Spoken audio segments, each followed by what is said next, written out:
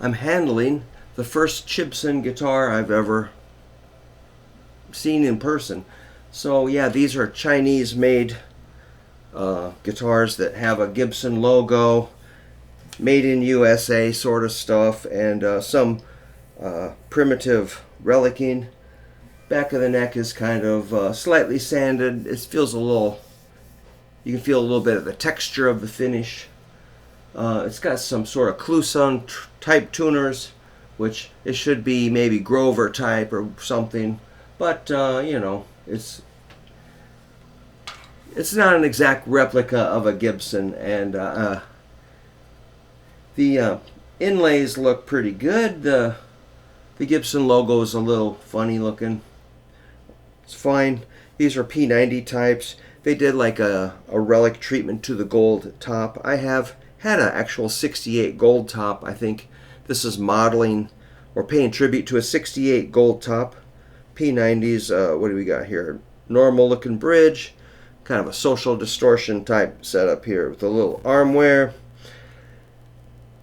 Volumes and tones, switch and everything. Kind of the buckle wear. There's that Gibson USA stuff. So yeah, real fun. Let's check out the neck pickup.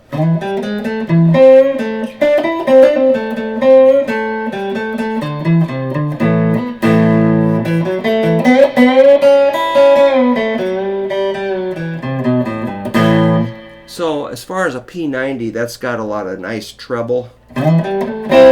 Usually P90s are a little darker.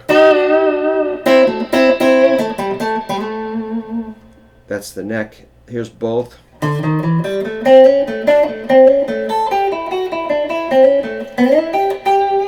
Nice and bright.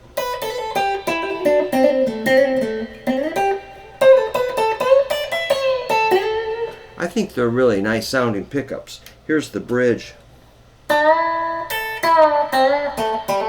You'd swear it's like a Duosonic or a Mustang. Almost a Telly.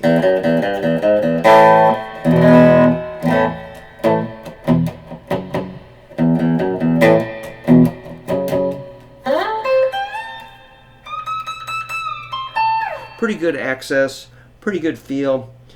You could tell the frets aren't, you know, like a high-end Gibson, but they're still pretty good.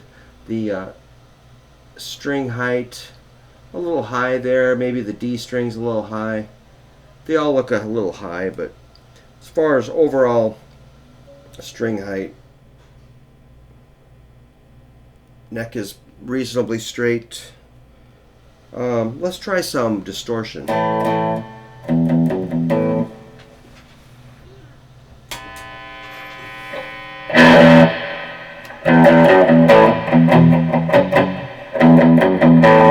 Kind of bright.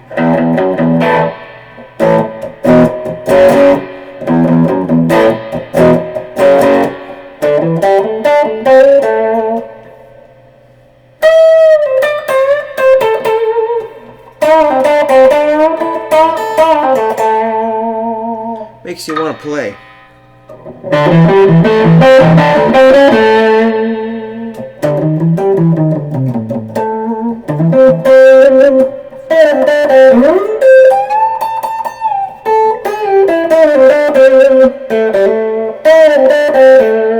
I wonder, like, if you gave this, imagine going back in time and handing this guitar to Tommy Bolin, what would he say? He'd say, "What's up? This is cool." And then he would say, "This isn't a Gibson."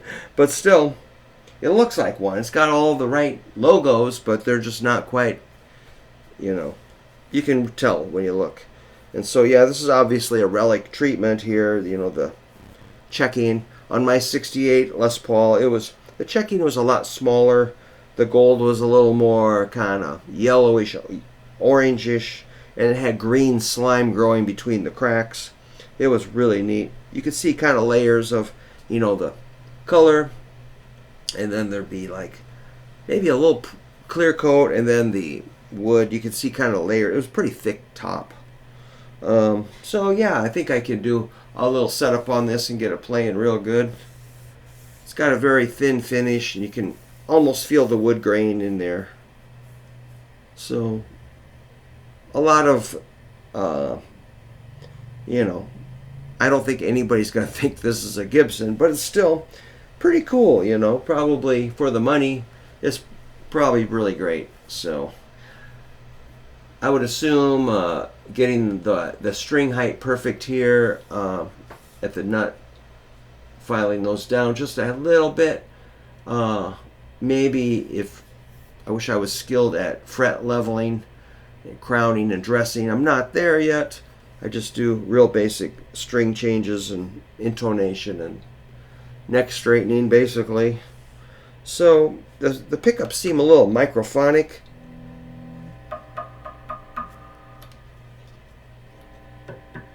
A little extra.